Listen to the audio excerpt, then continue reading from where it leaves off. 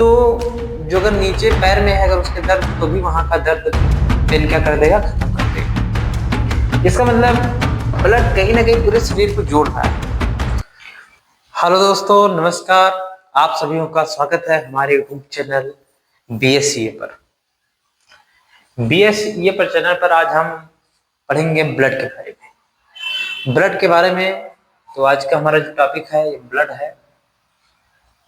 Blood blood को हिंदी में रक्त बोलते हैं, रक्त बोलते हैं। इसको रुधिर भी बोला जाता है, रुधिर।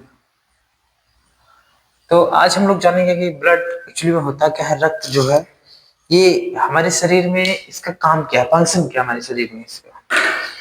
तो जो ब्लड होता है, ब्लड एक प्रकार का ऊतक है, ऊतक टिश्यू। ऊतक क्या होता है? जो ऊतक होते हैं, ऊतक, इसको इंग्लिश में टिश्यू बोला जाता है। ऊतक या टिश्यू क्या होते हैं? हमारी जो शरीर की बनावट होती है ये कोशिकाओं से मिलकर बना होता है। तो एक ही प्रकार की कोशिकाएं, एक ही प्रकार की कोशिकाएं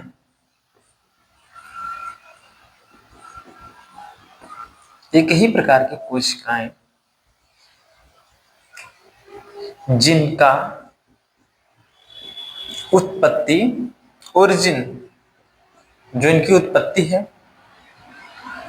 कार्य है एवं रचना एक समान की होती है, एक ही जैसी होती है,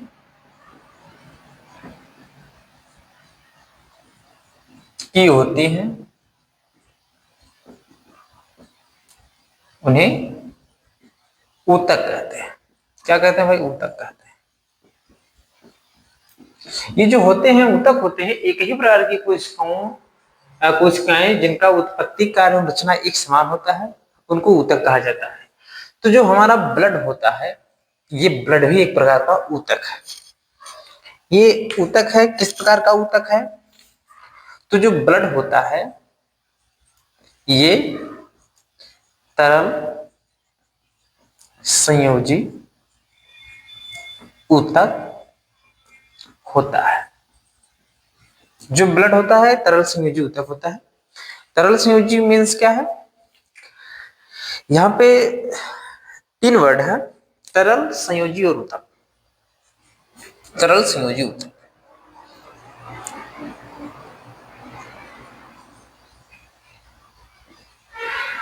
फ्लूइड, कनेक्टिव टिश्यू। तो फ्लूइड और कनेक्टिव टिश्यू, यहाँ पे तीन वर्ड है। जो फ्लूइड है या तरल है, तरल एक अवस्था, स्टेज है। यहाँ पर कोई भी मैटर होता है, आप जानते हैं कोई भी पदार्थ है या कोई भी मैटर है उसकी तीन अवस्थाएं होती हैं, सॉलिड, लिक्विड या फिर गैस। लिक्विड या फ्लूइड मानो, और गैस। तो जो तीन अवस्थाएं होती हैं उनमें से एक अवस्था जो है लिक्विड है, फ्लूइड है। तो क्योंकि ब्लड की एक अवस्था है द्रव अवस्था में होता है, आप लोग भी जानते हैं, इसलिए इसको तरल बोला जाता है। और कनेक्टिव मीन्स हो गया संयोजी। जो संयोजी है वर्ड, कनेक्टिव है, इसका मतलब होता है जोड़ना। जोड़ना मतलब जो आपके पूरे शरीर को जोड़ के रखता है, कनेक्ट करके रखता है, इसलिए इसको बोला जाता है कनेक्टिव। क्योंकि जो इसका स्वभाव है जोड़ने का पूरे शरीर को। अभी जोड़ता कैसे? जैसे मान लीजिए कि अगर किसी को कोई पेन किलर देना है और पेन किलर हम बाइपेरेटल रूट देते हैं, IV देते हैं, इंट्रावीनस अगर देते हैं, तो अगर हम किसी भी नस में अगर हम इंजेक्शन देंगे, तो अगर मान लीजिए एग्जांपल के लिए कि अगर उसको जो चोट है या उसका जो पेन है अगर पैर में है, तो हम तो इंजेक्शन जो दे रहे हैं, जो भी पेनकिलर दे रहे हैं, वो हम ब्लड में दे रहे हैं। हम यहाँ पे जो है नस में जो दे रहे हैं, यहाँ वाली नस में अगर मान लीजिए, तो जो अगर नीचे पैर में है अगर उसके दर्द, तो भी वहां का दर्द पेन क्या कर देगा, खत्म कर देगा। इसका मतलब ब्लड कहीं ना कहीं पूरे शरीर को जोड़ रहा है। तो ये इसका स्वभाव हो गया कनेक्टिव या जोड़ने का। तो फ्लूइड एक अवस्था है, स्टेज है, अवस्था है। और जो कनेक्टिव मतलब जोड़ना हो गया। और टिश्यू, टिश्यू हम आपको पहले बता चुके हैं, टिश्यू मतलब ऊतक। तो ये क्या होता है, ऊतक तो आप जानते ही हैं, एक ही प्रकार की कोशिकाएं जिन उत्पत्ति, कार्य, रचना एक समान होता है, हमने ऊतक कहते हैं। आप इसमें ये भी जानेंगे आगे किसमें कोशिकाएं जो होती हैं, जो सेल्स होती हैं, आरबीसी होता है, डब्ल्यूबीसी होता है, प्लेटलेट्स होते हैं। तो ये सारी कोशिकाएं होता है, इनका कार्य एक ही होता है। उत्पत्ति में भी एक समान होती है, रचना भी एक जैसी होती है, इसीलिए हम इसको ऊतक बोलते हैं। मात्र एक ऐसा ऊतक है जो द्रव रूप में रहता है, तरल रूप में रहता है। तो हमारा जो पहला पॉइंट है यह है तरल संयोजी ऊतक होता है। जो ब्लड होता है तरल संयोजी ऊतक होता है। इसके बाद हम दूसरा पॉइंट देख रहे हैं,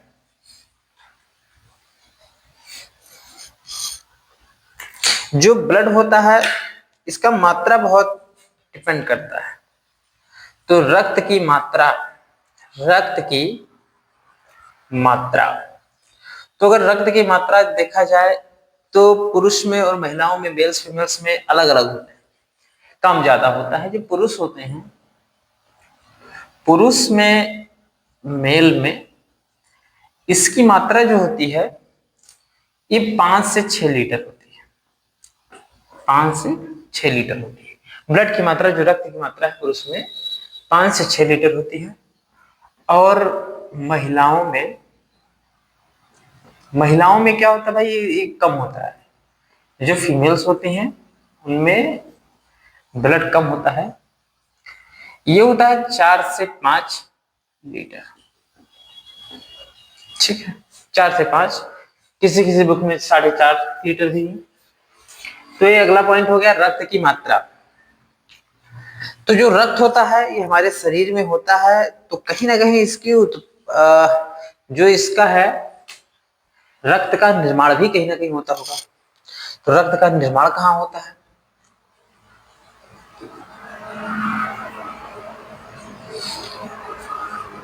तो जो रक्त होता है, अगला पॉइंट हम देखते हैं रक्त का निर्माण। तो जो भाई जो रक्त का निर्माण होता है, रक्त का निर्माण अगर देखा जाए तो ये बोन्स में, जो बोन मैरो होती हैं, बड़ी बड़ी हड्डियां होती हैं, जो बड़ी बड़ी हड्डियां होती हैं, जिससे कि हम लोग के शरीर में ह्यूमेरस, तो जो बोन मैरो, बोन मैरो होता है, बोन मैरो को हिंदी में बोलते हैं अस्थि मज्जा। तो अस्थि मज्जा, बोन मैरो, बोन मैरो में होता है। कहां पे होता है, बोन मैरो में होता है। जो रक्त का निर्माण होता है बोन मैरो में होता है, वयस्क में। किसमें भाई, वयस्कों में, वयस्कों में बोन मैरो में होता है। बोन मैरो क्या होता है, जो बड़ी हड्डियां होती हैं शरीर में,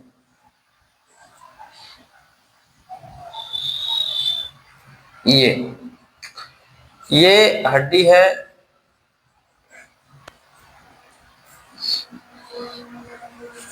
ह्यूमेरस। ह्यूमेरस जो हड्डी होती है, इस हड्डी में जो खाली जगह होते हैं, गैप होते हैं, ये खाली जो गैप होते हैं यहाँ पे, इन गैप में भरा होता है बोन मैरो। तो भाई बोन मैरो,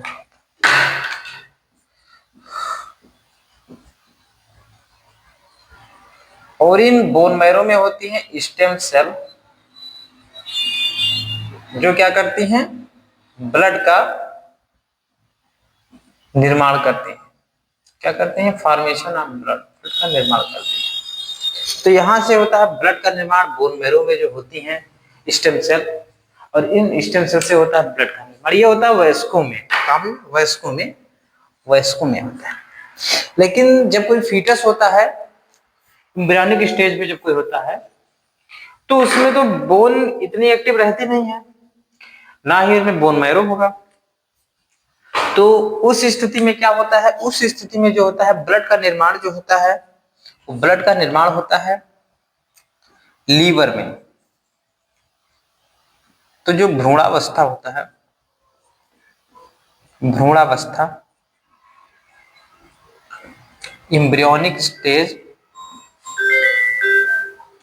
तो एम्ब्रियोनिक स्टेज में क्या होता है? जो ब्लड होता है, ब्लड का निर्माण कहाँ पे होता है? लीवर में, लीवर में होता है। तो ये हो गया, रक्त का निर्माण हो गया। अगला हम पॉइंट देखेंगे, क्योंकि अगर ब्लड है, ब्लड हमारे यहाँ, हमारे अगर अब वो आर्टरी में या फिर वेन्स में अगर चल रहा है, तो इसका कोई ना कोई एक प्रेशर होगा। इसको बोलते हैं ब्लड प्रेशर या रक्तदाब।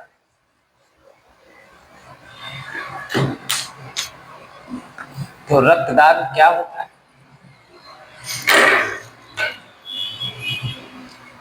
तो जो रक्तदाब होता है, रक्तदाब या इसको बोलते हैं रक्तचाप भी बोला जाता है, बीपी। रक्तचाप एक सामान्य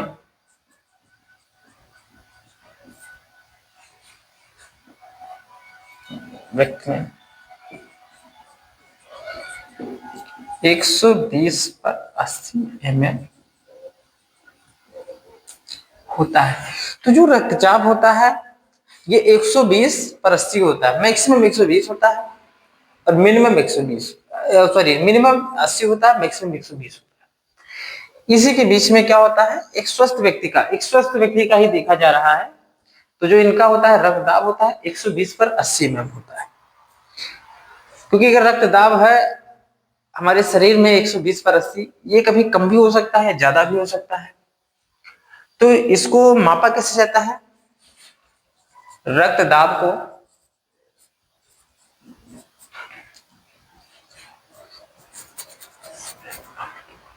इस फैगनो मैनोमीटर द्वारा मापा जाता है। किसके द्वारा मापा जाता है? इस फैगनो मैनोमीटर के द्वारा मापा जाता है। ये होता है रक्तदाब को मापने के लिए होता है। आप लोग जब कभी जाते हैं क्लिनिक वगैरह पे कहीं पे, तो रक्तदाब जब उसको मापा जाता है तो इसी मशीन के थ्रू देखा जाता है रक्तदाब कितना है। उसके बाद हम देखेंगे कि जो ब्लड होता है या रक्त होता है, रक्त होता है, ये रक्त का कार्य क्या है? रक्त का कार्य, इससे पहले एक पॉइंट हम और देख लेते हैं। रक्त का पीएच जो बहुत जरूरी है। रक्त होता है, रक्त का पीएच वैल्यू या पीएच मान। तो जो रक्त होता है, रक्त का पीएच मान या पीएच वैल्यू कितना होता है? तो रक्त का पीएच मान जो होता है, ये रक्त का पीएच मान 7.4 होता है। क्या होता है? 7.4 होता है। रक्त का पीएच मान 7.4 होता है। इसका जो नेचर होता है, इसका जो नेचर होता है, यह दुर्बल क्षारीय प्रकृति का होता है। क्या है? दुर्बल क्षारीय प्रकृति, मतलब क्षारीय प्रकृति है और उसमें भी क्या है? दुर्बल है। आप जानते हैं कि जो पीएच स्केल होती है, ये पीएच स्केल 0 से लेकर 14 के बीच में होती है, और यहाँ बीच में 7 होता है, 7 नंबर में। जो 0 से लेकर 14 के बीच में होती है, तो 0 से लेकर 7 तक क्या होता है? अम्ल होता है, अम्लीय होता है। अगर 0 से लेकर 7 के बीच में अगर आ रहा है पीएच वैल्यू, तो समझ जाइए अम्ल है। क्या है? अम्ल है, एसिड है। अब यहाँ पे क्या होगा, 1 2 3 4 5 6 और 7। 7 के बाद क्या होता है, 7 से लेकर 14 होता है, 8 9 10 11 12 13 फिर 14। ये इधर क्या होता है, छार होता है, छार होता है, बेस छार होता है। आप जैसे जैसे इधर बढ़ते जाएंगे, ये क्या होता जाएगा, जैसे जैसे आप इधर बढ़ते जाएंगे ना, एसिडिटी जो होगी आपकी कम होती जाएगी। जितने आप इधर जाते जाएंगे उतनी अम्लीयता कम होती जाएगी, दुर्बल अम्लीय होता जाएगा जैसे जैसे आप इधर जाएंगे। और यहां पर जाने के बाद जब आप 7 पे पहुंच जाएंगे, तो जो 7 नंबर होता है पॉइंट, ये होता है उदासीन का। क्या होता है, उदासीन का होता है।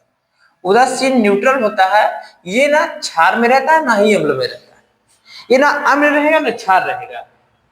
7 नंबर पे क्या रहेगा, उदासीन रहेगा। जैसे आप जानते हैं जो सेल होती है, कोशिका होती है, जो कोशिका में साइटोप्लाज्म भरा होता है, ये साइटोसॉल है, साइटोप्लाज्म जो भरा होता है, उस साइटोप्लाज्म होता है उदासीन प्रकृति का। वहां का जो पीएच वैल्यू होता है 7 होता है, और पीएच वैल्यू जिसका 7 है तो ना वो अम्ल है ना तो क्षार है, तो ऐसी स्थिति में हम उसको उदासीन बोलते हैं। और जैसे जैसे आप 7 से आगे जाएंगे, 7 से 14 की तरफ जाएंगे, वैसे वैसे क्या होगा, क्षारीयता तो बढ़ेगी, साथ साथ में जो क्षारीयता है वो प्रबलता की तरफ जाएगी, प्रबल क्षारीय होता जाएगा।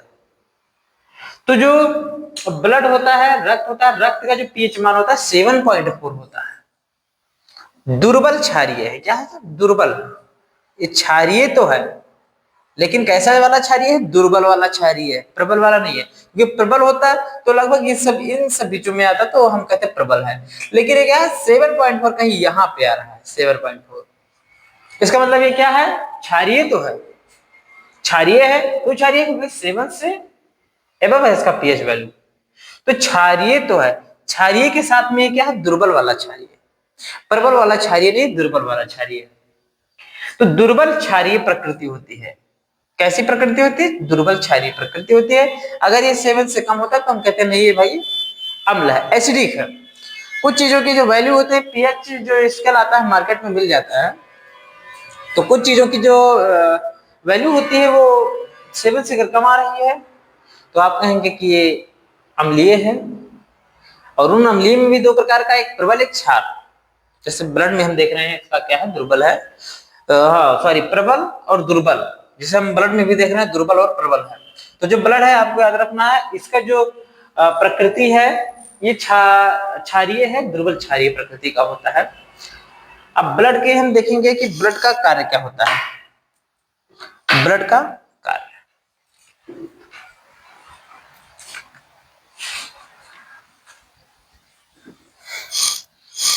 रक्त के कार्य,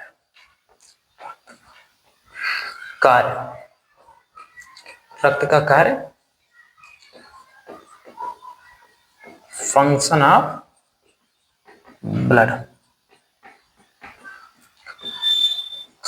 जो ब्लड होता है इसका बहुत ही इंपॉर्टेंट रोल होता है हमारी बॉडी में। क्या रोल होता है, जैसे हम लोग कहीं आने जाने के लिए यातायात का वो करते हैं ना, जो करते हैं आने जाने के लिए कहीं पे, ऐसे ही हमारे शरीर में, हमारे विसरल ऑर्गन में या हमारे आंतरिक भाग में किसी भी चीज का, किसी भी बायोमॉलिक्यूल्स हो या गैसेज हो, उनका एक जगह से दूसरी जगह परिवहन करने में ब्लड का ही सबसे मेन रोल होता है। तो जो ब्लड का कार्य होता है, तो सबसे फर्स्ट पॉइंट में आ जाएगा जो ब्लड होता है। ब्लड का काम क्या होता है, परिवहन में, किसमें, परिवहन में मदद करता है। किसके परिवहन में मदद करता है, ये न्यूट्रिएंट्स जो जैव अणु हैं, बायोमॉलिक्यूल्स हैं, जैव अणुओं के, ठीक है, गैसेस के, कुछ गैस होती हैं, गैसों के परिवहन में, परिवहन में सर, ठीक है भाई। अब गैसों में क्या आ जाते हैं। गैस में आप जानते हैं कि जब हम रेस्पिरेशन करते हैं वहां पे दो गैस होती हैं। एक तो होता है ऑक्सीजन और CO2। ऑक्सीजन और CO2 होते हैं। तो गैसों के परिवहन में भी कौन मदद करता है, ब्लड ही मदद करता है। ये हो गया, जैसे कि शरीर में हमें ऑक्सीजन की जरूरत होती है, तो ऑक्सीजन क्या करता है, फेरस आयन के साथ बॉन्ड हो जाता है, तो आगे हम पढ़ेंगे। तो यहाँ से गैसों के परिवहन में भी किसका मेन रोल होता है, ब्लड का मेन रोल होता है। तो परिवहन में मदद करता है, इसलिए जैव अणुओं के या गैसों के परिवहन में भी मदद करता है। और इसका एक और मेन फंक्शन होता है शरीर का ताप। शरीर का ताप नियंत्रित करने में जो बॉडी टेम्परेचर होता है 37 डिग्री सेल्सियस या 98.6 डिग्री फ़ारेनहाइट। फ़ारेनहाइट में 98.6 डिग्री फ़ारेनहाइट और सेल्सियस में 37 डिग्री सेल्सियस। तो जो शरीर का तापमान होता है उसको भी नियंत्रित करता है कौन, ब्लड। ब्लड का एक फंक्शन और है यहाँ पे, शरीर का ताप को क्या करता है, नियंत्रित करता है। कुछ ऐसे जीव हैं जिनमें शरीर का तापमान जो होता है नियंत्रित रहता है, बाकियों में तो कम ज्यादा होता रहता है, नियंत्रित रहता है। तो ये है। आगे हम पढ़ेंगे ब्लड जो है, ब्लड के हम पढ़ेंगे कि ब्लड के पार्ट कौन कौन से हैं। अब इसमें भी हम पढ़ेंगे प्लाज्मा पढ़ेंगे और रुद्राणु या ब्लड कॉर्पस्कल्स बोलते हैं उसको पढ़ेंगे। तो बाकी का तो हम नेक्स्ट क्लास में देखेंगे। और आप लोग ज्यादा से ज्यादा हमारे चैनल को सब्सक्राइब करिए, लाइक करिए। अगर आपको समझ में आया हो तो इसके लिए इतना ही करिए, आप सब्सक्राइब करिए और लाइक करिए। धन्यवाद।